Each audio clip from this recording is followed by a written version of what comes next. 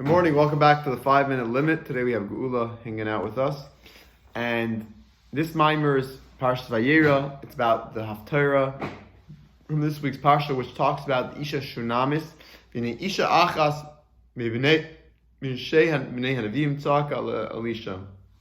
Talks about filling up jugs of oil where the lady had nothing left to eat. She was poor, she owed debtors, they took her sons in turn for the debt, and she has no money. She comes crying to Elisha, to save her, to help her. This Haftora, the Alter Rebbe explains in one of the Bichlach, in one of the small mamer, that he explains this idea al pi Said, al pi Kabbalah, al pi Chassidus, and we're going to cover that tomorrow, God willing. But today we're giving the introduction, and as part of the introduction, the Rebbe brings down from Hillel Parcher. The Rebbe Hillel Parcher says that in general it's known that the stories of Tanakh have a Vayera that is something hagam shayu kapshutam, even though we understand the mamer, the Nevi'im, Ksuvim, in their simple stories. When there's stories written in Torah, we understand them simply as such, but there's also a deeper meaning in each one. And why did they have to choose these stories? There was a lot of time that went on. Why did they choose to include this specific story in the Torah? And the reason is because there's concepts and ideas within them that are very important for our day-to-day life. More so, these hayrais, these instructions are necessary for time in I'm going to mispronounce in memoriam. These are because the Torah is everlasting. That shalom Torah v'techayis, right? So kach gam hayras sheb'sipur haTorah haymayrais nischis. Just like the Torah is everlasting, the stories of the Torah too are everlasting.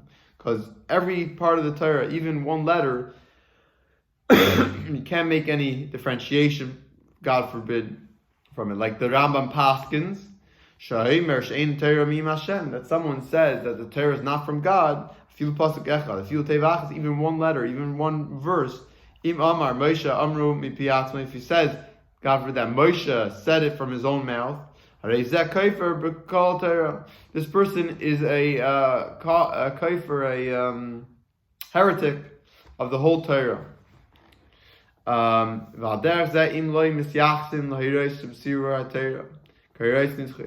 So too, with regard to the hayrais, the lessons that are learned from the Torah, that they too are everlasting. Not only that they're not missing anything. If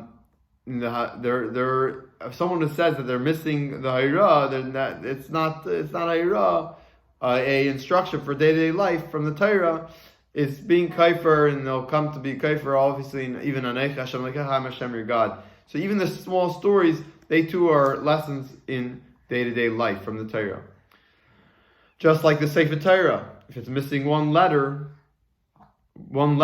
it makes the whole Sefer Torah not kosher. If you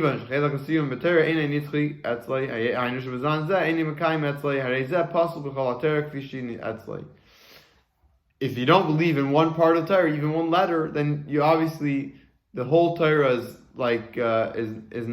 puzzled by the person.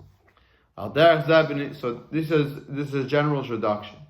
So too, also with regard to this story in this Haftora,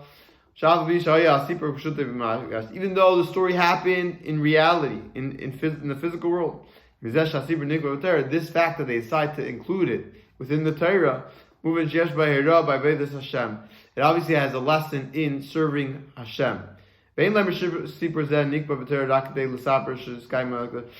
to say that the reason why the story was included to show that Elisha performed double the amount of miracles as Eliyahu, which it says that he's going to perform double amount. Because for that, he could have just said he did 16 miracles. So obviously there's a lesson in Havayas Hashem, and tomorrow we'll continue with Mitzvah Hashem. Have a great day.